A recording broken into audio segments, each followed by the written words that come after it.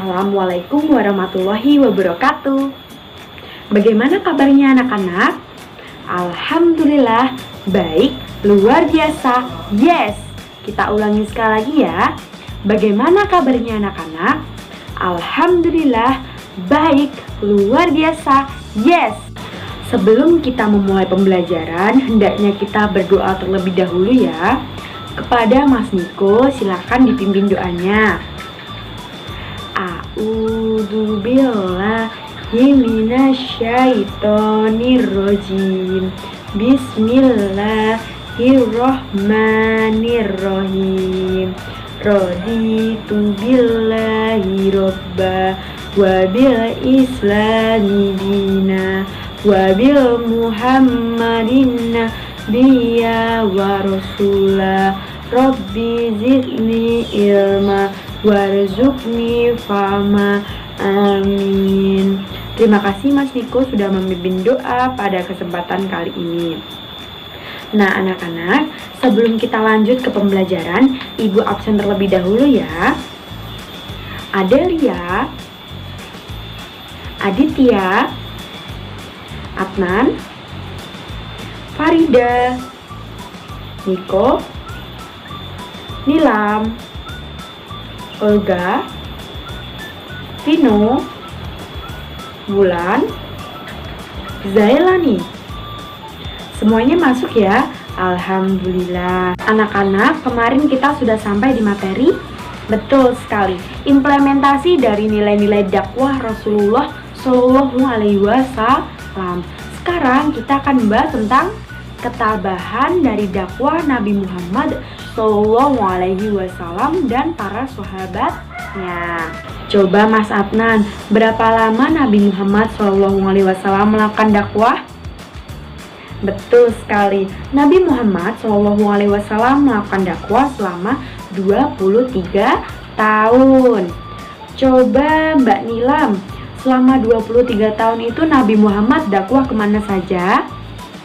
Betul sekali, ke Mekah dan ke Madinah. Ke Mekah berapa tahun? 13 tahun. Kalau ke Madinah? 10 tahun. Kalau dakwah itu apa ya?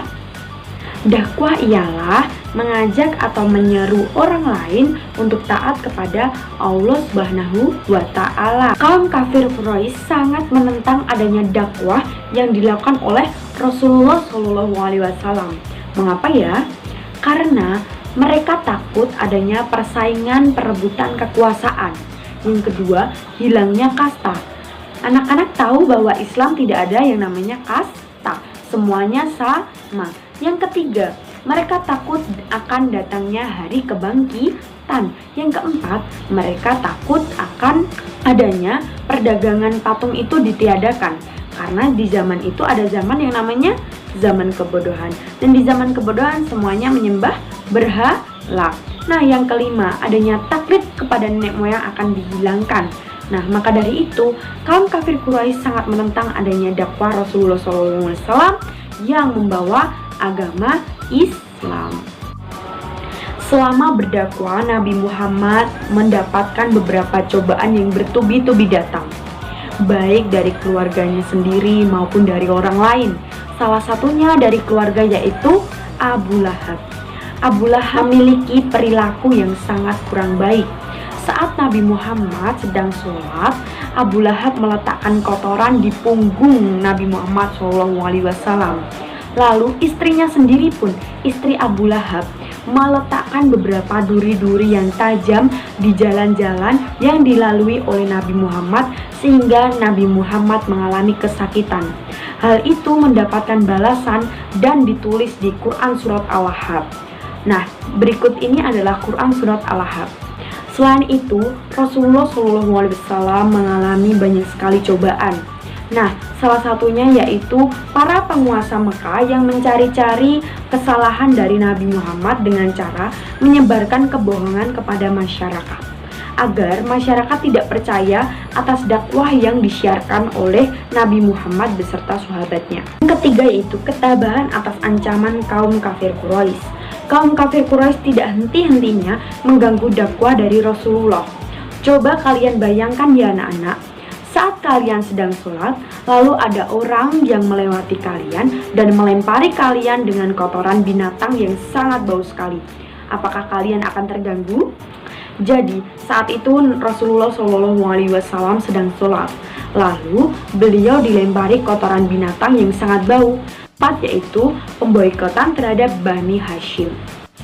Nah, anak-anak, kalian bisa baca kembali mengenai ketabahan Rasulullah saat menghadapi cobaan-cobaan dalam berdakwah ya. Bisa dibuka di buku halaman 8-9 di buku SKI.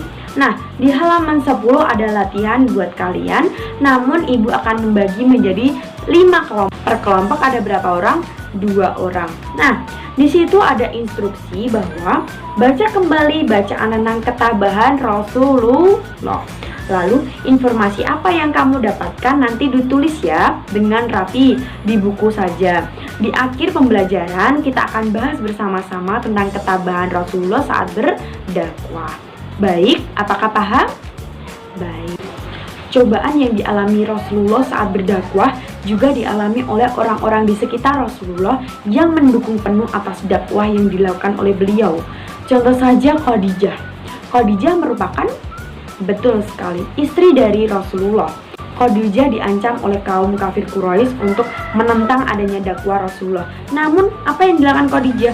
Khadijah semangat sekali untuk mendukung dakwah Rasulullah. Yang kedua ada Abu Bakar. Abu Bakar senang sekali jika mengikuti Rasulullah saat sholat di masjid. Saat itulah Abu Bakar menyempatkan waktu untuk berdakwah, yaitu menyiarkan Islam di tengah-tengah kaum kafir Quraisy. Apa yang didapatkan? Abu Bakar mendapatkan pukulan bertubi-tubi, dihajar bertubi-tubi hingga akhirnya melarikan diri. Namun saat melarikan diri, Abu Bakar mengalami pukulan kembali. Siapa yang memukul? Hayo, siapa yang tahu? Saat Abu Bakar melarikan diri dari kaum kafir Quraisy, Abu Bakar bertemu dengan Utbah bin Rabi'ah. Saat itu pula Abu Bakar dihajar kembali oleh Utbah bin Rabi'ah. Tak lama kemudian, keluarga Taimim lewat saat Abu Bakar dipukuli oleh Utbah. Nah, dan pada saat itulah keluarga Taimim membawa Abu Bakar ke ayahanda Abu Quhafah. Ketabahan selanjutnya yaitu ketabahan yang dimiliki dari keluarga Sumayyah. Sumayyah mempunyai suami yang bernama Yasir. Kedua suami istri ini beserta keluarganya bekerja di tuan yang bernama Abu Jahal. Abu Jahal memiliki sifat seperti kaum kafir Quraisy. Nah, pada saat itu Abu Jahal mengetahui bahwa Yasir mengikuti dakwah yang disiarkan oleh Rasulullah SAW. Maka dari itu, selama bekerja, Yasir beserta keluarganya disiksa, bahkan dijemur dan dipanas-panaskan di terik panas matahari yang sangat panas, dan di bawahnya itu beralaskan pasir. Coba bayangkan anak-anak, saat kalian tidur di atas pasir dengan terik matahari yang sangat panas, pasti tubuh kalian tidak akan tahan kan? Nah, itu yang dirasakan Yasir beserta keluarganya saat disiksa oleh Abu Jahal. Ketabahan selanjutnya yaitu dimiliki oleh Bilal bin Rabah. Bilal bin Rabah merupakan hamba sahaya yang dibeli oleh Umayyah bin Khalaf. Umayyah bin Khalaf tidak terima jika Bilal bin Rabah mengikuti ajaran yang dibawa oleh Rasulullah.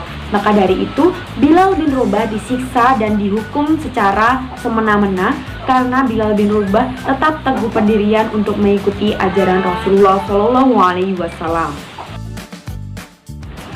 Biar kita tambah semangat anak-anak, kita tepuk masuk surga terlebih dahulu ya. Tepuk masuk surga. Bila kita ingin surga, bertakwalah, berimanlah, beramallah, berakhlak karimah. Yang bandel, no way. Yang durhaka, no way. Yang ndak ngaji, no way. Yang ngaji, oke. Nah, udah semangat? Kalau udah semangat, kita lanjut lagi. Tadi ibu sudah membuat kalian menjadi 5 kelompok untuk menuliskan kembali informasi terkait ketabahan saat Nabi Muhammad melakukan dakwah.